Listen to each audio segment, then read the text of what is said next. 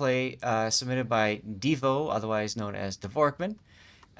This is a clan battle between Squad and underscore RNG, which I'm guessing is their second clan. I can't remember how their hierarchy goes, but I am also joined by Edgecase, Yellow. and Devo's asking, to paraphrase what you said a moment ago, you're just asking, am I playing the ship right? Yeah, more or less. All right. So to me, whether you're playing a ship right depends on what the plan is. So do you want to talk to us a little bit about what the plan is while you're deploying? Sure. So here, we would probably be having one of the blacks and the two kitties headed over towards A, looking to burn out anybody who sets up in like G3 down there by behind that island, or more importantly, anybody trying to shoot up the one line and take that position out there, because we've noticed once you get people locked into those positions, it's really, really difficult to handle, Okay. at least for our group. Looks like I'm actually going to the offside this time Mm-hmm. from where we spawned. So on this side, we're just looking to hold back torpedo spam, not lose the side most importantly, but if we do have to press that side, then we will. I don't remember exactly how this game went, so we'll see. Okay. But So that's a general theory. one of my first questions is why a Frederick de Grosse? Probably boat selection Okay. issues. It's tier 9. A lot of people don't keep tier 9s or, only have certain numbers of tier 9 ships available anyways. So, all right. Now you got double blacks, you got a Kita group that's heading to the I guess at this point I'm going to say typical deployment, but basically you're trying to get the Kitas out to like Delta 1, 2 areas so they can get shots at Gulf 3 at whatever cruiser's there. Hopefully it's the Alaska. It could be Donskoy, but most likely it's Alaska that they'll park right there. Kita Kazes can farm it out with black spotting. So I think a useful thought exercise is always if I were playing the other team, what would I be doing here, right? So Mm-hmm. Zath, you might even want to slow it down for a second before we make contact. But if in your mind's eye, what do you think the enemy team might be doing? Go ahead, Devo. Let's see. Looking at their comps, they have a Benham and a Kitty for destroyers, Brindy, and then two radars. We've run into them a couple of times, and they were running this comp too.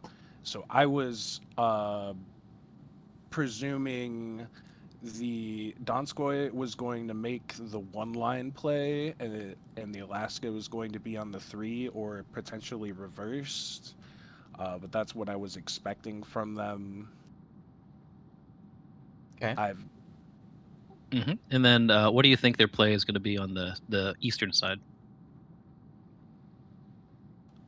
Usually they're not too aggressive. They're pretty good about pressing that A side, so that's what I was Mm. expecting. Okay, So so you're If that oh, go answers ahead. your question, I hope. what I would do, what I would assume would happen is battleships would split, right? Um, I would imagine the Alaska is going to go over here, or Donskoy is at H1. One of those two possibilities, and then obviously the Alaska or Donskoy is on the opposite side, whichever one's not on the west. I would anticipate that the Benham would go for a target-rich environment, and most likely that would be Alpha Spawn because he can just turn, sit, and spin Luck Truck Torps for days up the 2-3 line.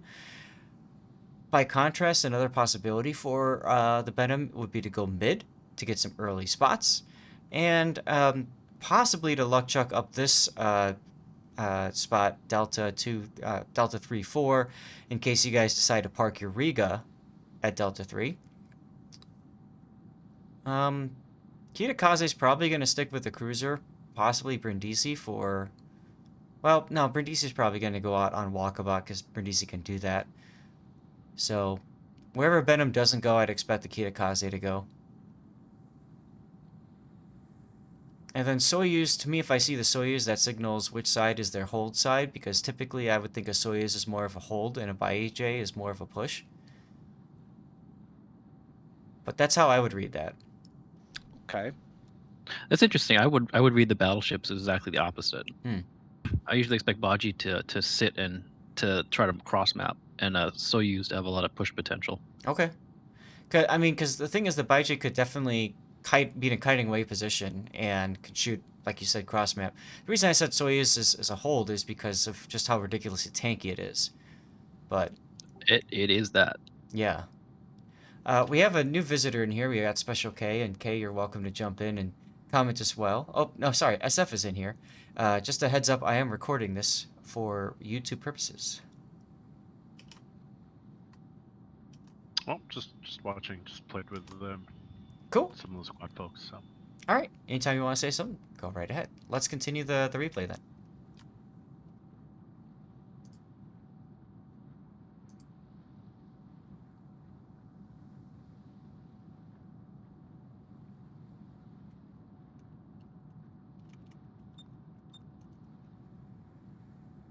So I notice you also are using the zoom out mod. Yeah, I think it helps see. It helps me see what's going around closer to my boat at a glance. I think sometimes. Okay. I think it helps tell exactly where torpedoes are going, because sometimes the trails for me can be a little funky. It can be a little misleading. The torpedoes at a little different angle. And Mm-hmm. getting that little higher viewpoint helps. Okay.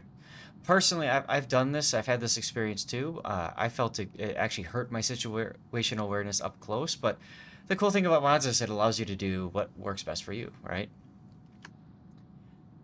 Speaking of mods, you have a increased torpedo wake mod, right? Because that's Yes. way way whiter than I remember those being. It's very nice, isn't it? It makes it a lot easier to see. That was recently released on Aslane's within this past week. what's I it called again? Sorry, Zaf. Torpedo Wake, something like that. I don't recall exactly. It was released probably 2 or 3 versions ago on Aslane. So if you look, you know how he always has his most recent. He has Not his, to give you work, if you can remember that and put that in your YouTube, that would be amazeballs for people. yeah, absolutely. I just paused it as well because it's 2.5 minutes and Charlie was capped, and Alpha is currently being capped. So that should tell you that 1 destroyer went to Charlie and 1 went to Alpha. So that helps you start to narrow things down a little bit, right?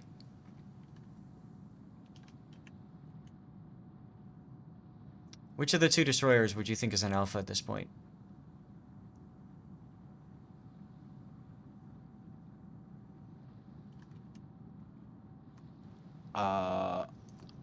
Honestly, I'm not super sure. I'd say, I mean, they got to sea reasonably quick. Maybe the Venom.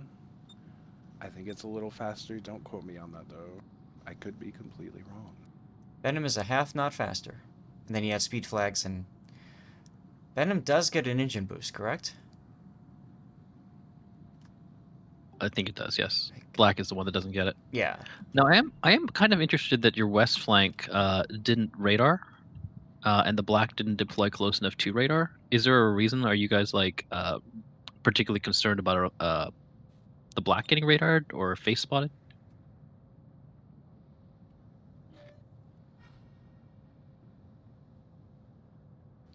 Um,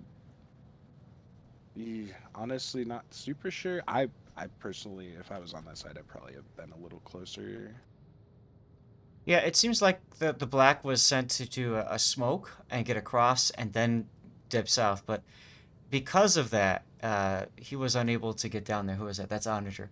He wasn't able to get south enough to contest the A cap while it was being capped. Maybe you guys over there, they weren't expecting a cap that quickly at Alpha. Okay, so now I'm seeing 2 things happening here on the minimap. One, I'm seeing a Donskoy that's angling away. That's a pretty obvious indication that they intend to kite here and push at Alpha. Edge, you were talking about a Soyuz being a pushing battleship, and looking at his position, he's definitely set to push, right? He's away from every island, so he's not looking to hold anything. Yeah, and the Brindisi just showed up as well, so Yeah. I don't think they're gonna push with the Soyuz, or at least I don't think they need to. Like Mhm. they have that option, but they own A, right? And you got to take it back from them now. Right. Right. It's just odd seeing the Soyuz there then, right? If he's going to drop anchor in reverse, personally, I would think he'd want to be closer to the island at F34 so he could back around if he felt like the torpedoes were a significant threat. Yeah, that's what I expected his play to be. If he's gonna wander out into A, he's making a huge mistake. Exactly. I expect him to crash the island and just make it a real pain in the butt to get around it. Yep.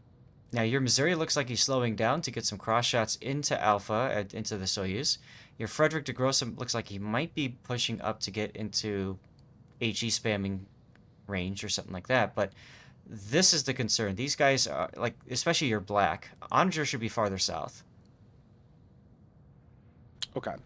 Just at least in the mini map. I don't know the status of his smoke, but I'm just thinking I want him farther south because I need him to detect anything that's approaching the Kita ball, and also anything that might try to get in range to torpedo the FDG.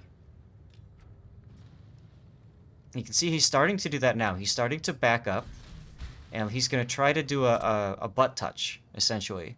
So he's going to either go into A, or he's going to come into contact with whatever's there. Hey, look, Venom.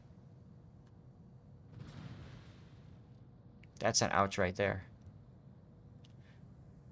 Zaf, it's torpedo trails in Haslunds, by the way. Thank you very much, SF.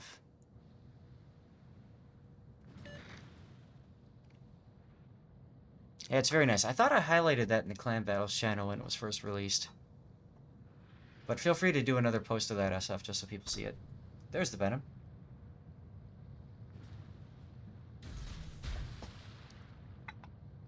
Alright, so personally seeing the Venom there, I don't know about you. I don't like to push a Venom.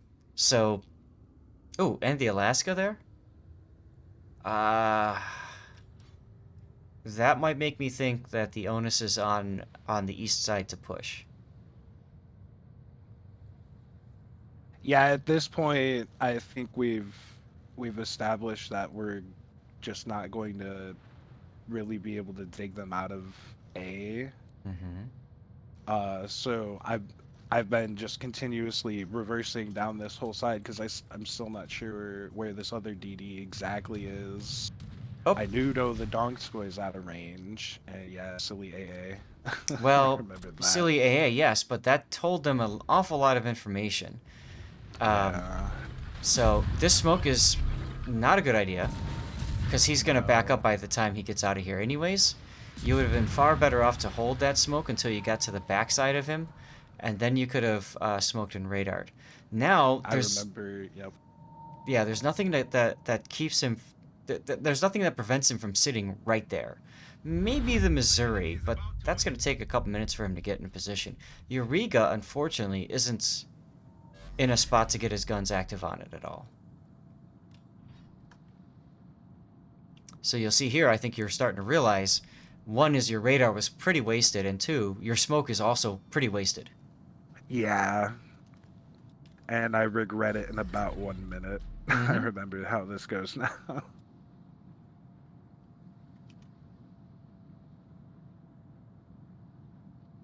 Now I think I missed the donkey turning back in, and I get caught by him.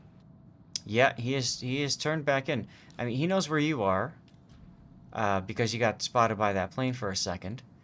So, and of course, you're located anyway. So the Kitakaze, for one, knows it's you that he's locating, and he knows which direction you're headed. He knows that you're heading closer to the Missouri. All right, here I would dive the island in front of you to the left. If the Donskoy radars... Okay. If the Donskoy radars, I don't want him to have a shot on me. Everybody else I don't care about. I just don't want the Donskoy having a shot on me for right now. That's okay. You're I mean, he's turned away and he's running too, so that's okay.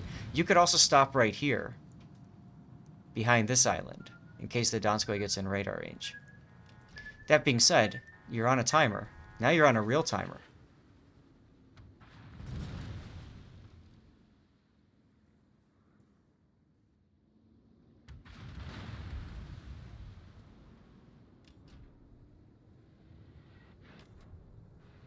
Now, something that you could also do if you have nothing else better to do is to flip between torpedoes and guns on a target that you want to try to convince to run away.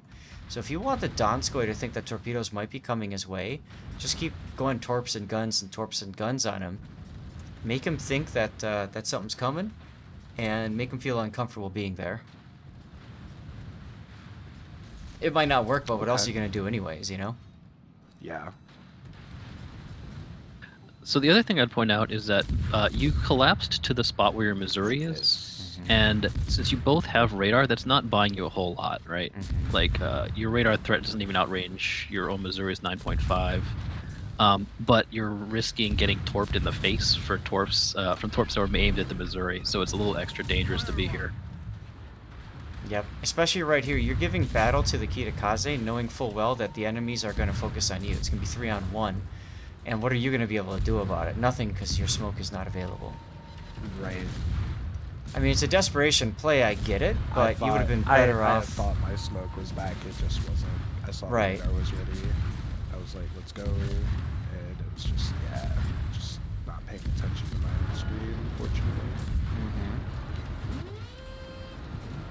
You're also seeing a side effect here of not calling out the radars cleanly in comms. If the target vanishes at any point, the next radar starts, you eat that 6-second delay again. Whereas if you call out your radar a few seconds in advance, then and they overlap by just a teeny bit. Yeah, start the next radar rolling before the first one runs out. Yep.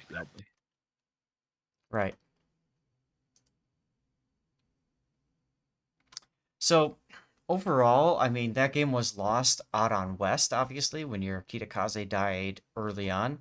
Also, I would say due to lack of vision and spotting, not knowing who's there, and, you know, being able to play accordingly. Of course, we don't see their view. We only see your view.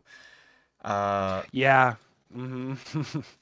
I'm gonna load that replay up again for a second because I think there's a pivotal moment that you maybe didn't recognize until it was too late. Edge, do you think you know what I'm talking about? I don't. I was going to comment that one thing I did see that you guys did well was recognizing the situation on West was looking bad.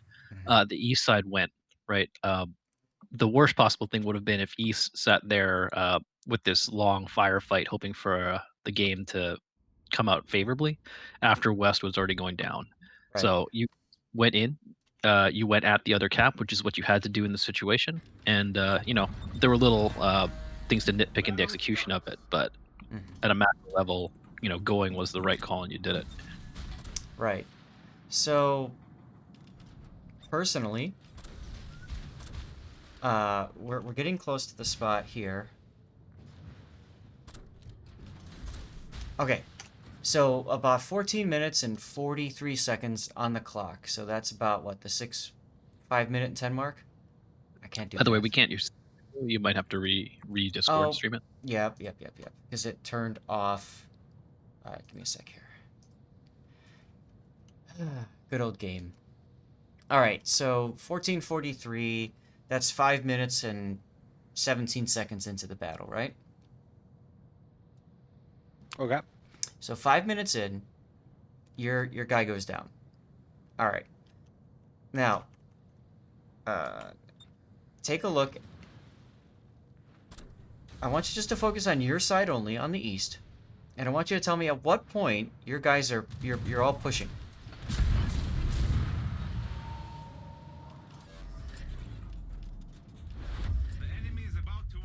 Right about there. About now. So what I was looking at was your Riga. Your Riga kind of sat on that island for a while. Your Missouri started pushing in Blast Invader. And so this is a situation where I think Bruiser either didn't hear the comm to go or wasn't commanded to go and Blast went on his own or whatever. The point I'm getting at is that both of your ships that are backing you up didn't move at the same time. Okay. So now we're at 12 minutes and 24 seconds in the battle, so that's 7.5 minutes. So it took about 2 to 2.5 minutes before you were able to organize a push on this side after your Kitakaze died. 2.5. That's a lot of time in clan battles. Yeah. So personally, I feel like as soon as Akita died, the call needed to come. All right, it's time for the other side to get more involved, get our guns heard, and maybe cause RNG to rotate a ship. Right? If you look at their Alaska's kind of in a position to kite away, but also to rotate to sea if needed. Right? Yes. I almost would try to get the Alaska to rotate by being a pain in the butt, especially if you can pick up a kill. The other thing is, in case you alluded to this before, you collapsed in on your Missouri on blast, and I agree. I think you would have been better off staying out 9-10 line, and one, keeping the Donskoy spotted and honest, but two, getting a different angle of attack on the Kitakaze and the Baije. Edge, what do you think? So I understand not wanting to push out all the way to the 9 because that's closer to the Donskoy, right? Mm-hmm. But a little more separation is just always healthy to avoid them getting double value from their torpedoes.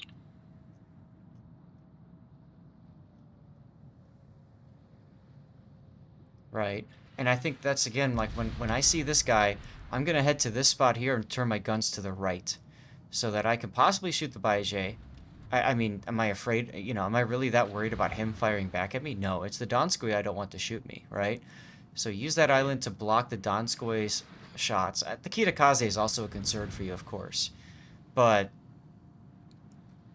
and then the other thing is that at this late into the game, I think you might have been better suited to just get into the cap and not worry about opening up on the Kitakaze. You start opening up on him here. I know you said you thought your smoke was available, but personally, I wouldn't open up anyway until I got into the cap. The Kitakaze is just too healthy. Everybody on this team is really too healthy. So, Yeah. Edge or SF, please, by all means, if there's anything else you want to add, go for it. No, I think that about covers it for this side. What I'm actually watching is the triangles running around on the west side right now. Mhm. And it looks like your team is still trying to fight for A. Mhm. Like they're into it, and that seems like an odd choice to make. Kitakaze's position is definitely concerning, right? Like, I mean, the black Little died very near aggressive. there a few minutes ago. mm-hmm. Yeah. Yep. Where would you have put the black and the Kitakaze if you were fighting on that side, Edge?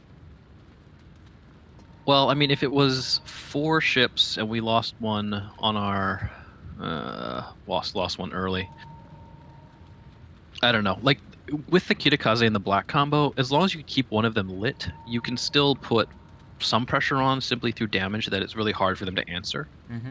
right? You still have the black smoke and the Kid of Smoke, and if that Soyuz takes that crazy position that he's got there, Mm-hmm. then all you really have to do is make sure that they can't get that Alaska radar in range of your ball while you slowly burn down the Soyuz. But they made the play on A. Like they kept trying to play the backup games while outnumbered. I don't think they accounted well for that Alaska's position because he actually backed in and radared them anyway. Mm-hmm. And then it collapsed harder. Whereas if you could have kept damage pressure on the Soyuz, maybe even scored a kill to take it back to even, then at least it would have been closer on that side. And if you guys had succeeded on your push on east, then they could have flexed back to defend. If they pulled their guys out and tried to sandwich you on the C push, then your forces from A could have harassed them, right? Made them pay for crossing. Mm-hmm. It's all kind of hypothetical at this point, but I do think that getting fixated on the A cap and taking it at all costs just mostly ended up being all costs.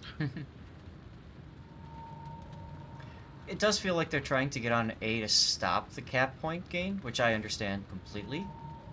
But if it was at the expense of the black, then that kind of negates the whole point, right? Yeah. Well, I think the black was trying to take it. I think he was trying to grab it during a gap in the spotting. Didn't work out. So the black should have been more out to the west so that he could spot the Alaska. The Alaska was spotted, actually. Okay. I know I've been focused on the other side, so I do apologize for that. I know. This is the second time we're watching it, so it's, my eyeballs are going all the other places. Sure.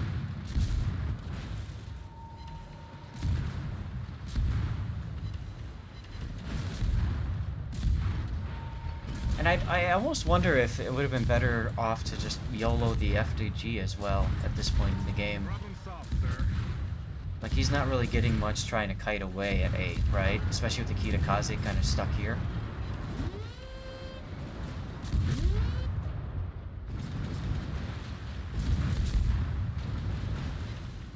Okay. Anything else that you guys... at least? I'm sorry, say that again? I was like, if you're gonna go together at least. There you go. That's true, I suppose, yeah. Alright, well, Sometimes you get in those really bad situations. Exactly. It's always hard fighting back when you start down, right? Like, it's super demoralizing, and you know that even trades are no longer going to be good enough. mhm. But you can come out of a surprising number of bad situations like that if you stick to your guns. So a lot of it is, adapting appropriately, but continuing to fight it out. Sounds good. Well, Devo, thanks for sending in that replay. I think there's a lot to think about there, huh? Yeah. Thank you very much for taking the time. Appreciate it. It's yeah, thank you. Sure.